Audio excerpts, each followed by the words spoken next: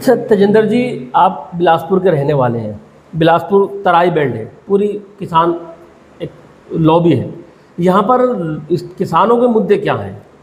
देखिए, बड़ी बात है कि आज जिस मुद्दे पे हमें बोलना चाहिए बहुत कम लोग हैं, आवाज नहीं उठा रहे। आज भारतीय जनता पार्टी के मंत्री जो यहाँ से हैं, जिस विधानसभा से मैं हूँ, वहाँ पर किस तरह से लोगों के साथ जुल्म हो रहा है, आज कोई सवाल नहीं उठा रहा।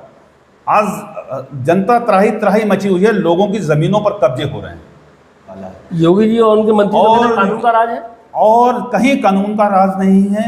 किसानों की बात दूर की, किसानों की जमीनें छीनी जा रही हैं। और जहाँ से कृषि राज्य मंत्री जिस क्षेत्र के हों और छाती ठोक कर कह रहे थे कि मैं किसानों की ज़मीनों को मालिकाना हक दिलाने का काम करूंगा। जो स्वार क्षेत्र में 16 गांव हैं, उनको जो 70 साल में जो सरकार नहीं कर सकी, वो हमारी सरकार करने जा रही है। और उन्हें साबित करके दिखा दिया कि जो 70 साल में जो सरकारें किसानों की ज़मीनों को नहीं छीन सकी, वो हमारी सरकार छीनने जा रही है। शायद आपको पता होगा, आज से 4 दिन पहले एक अखबार के अंदर लेख छपा है कि स्वार क्षेत्र के 2100 कुछ परिवारों को ललितपुर में विस्थापित किया जाएगा और उनको वहाँ पर 1 एकड़ ज़मीन दी जाएगी।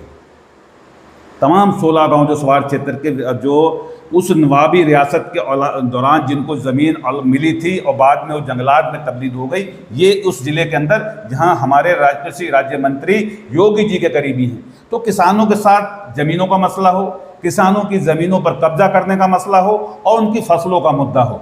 इसी बिलासपुर की मंडी के अंदर धान 1600 से 1300 रुपये कुंटल बिका है। ये विधानसभा वो है जहां से कृषि राज्य मंत्री जाते हैं, बलदेव सिंह औलख।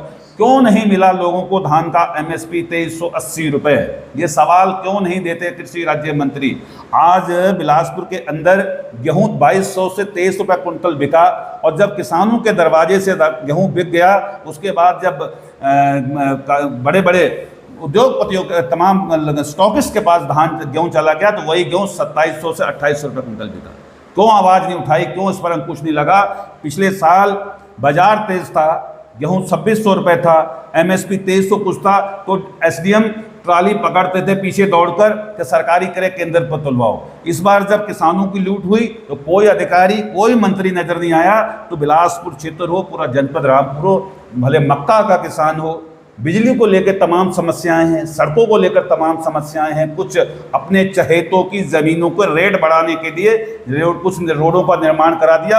आज भी गाँव के अंदर चले जाओ तो कहीं खड़ंजा नहीं है, कहीं नाली नहीं है। और पानी को लेकर बड़ी जो घोषणा की थी मोदी जी ने 15 अगस्त 2019 को कि हम 2024 तक हर घर में पानी, स्वच्छ जल देने का काम करेंगे।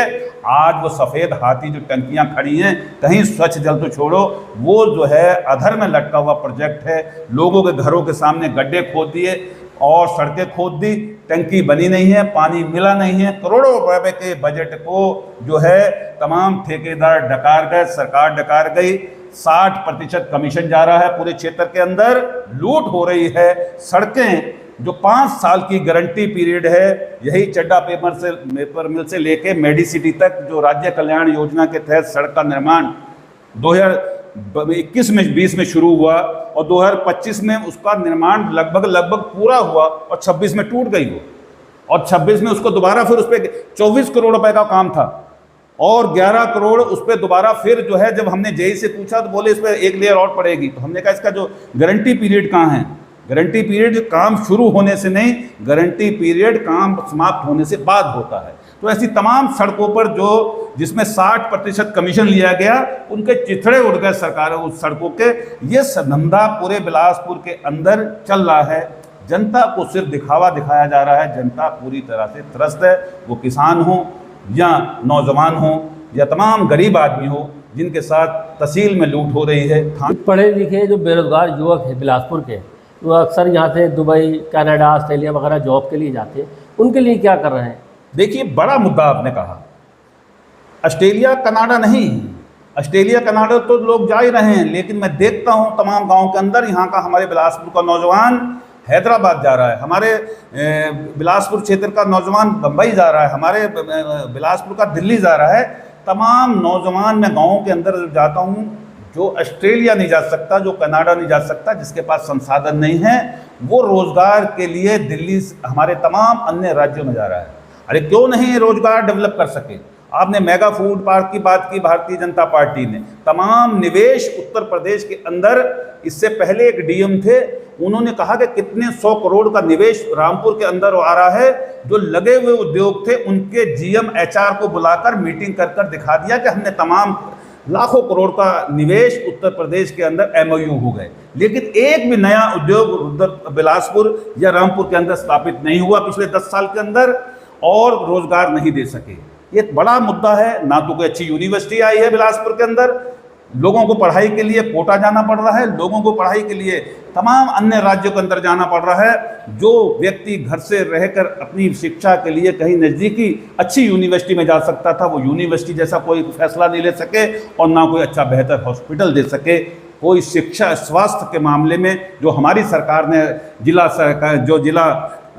हॉस्पिटल में जितना काम हुआ, उसके बाद भारतीय जनता पार्टी की सरकार में स्वास्थ्य और शिक्षा पर कहीं कोई काम नहीं हुआ। आज स्वास्थ्य महंगा है, आम व्यक्ति दम तोड़ रहा है, लाखों रुपए उसके इलाज में लग रहे हैं। तो ये सारे मुद्दे हैं जिसको लेकर हम चुनाव में जाएंगे, और हमारा विज़न है कि किसानों के लिए हम बेहतर कैसे उनकी एमएसपी मिल सके, कैसे उनको गन्ने का भुगतान 24 घंटे में मिल सके, कैसे अच्छी शिक्षा सस्ती बेहतर हो सके, केजी से लेकर जो है पीजी तक मुफ्त शिक्षा की बात अखिलेश जी ने कही है।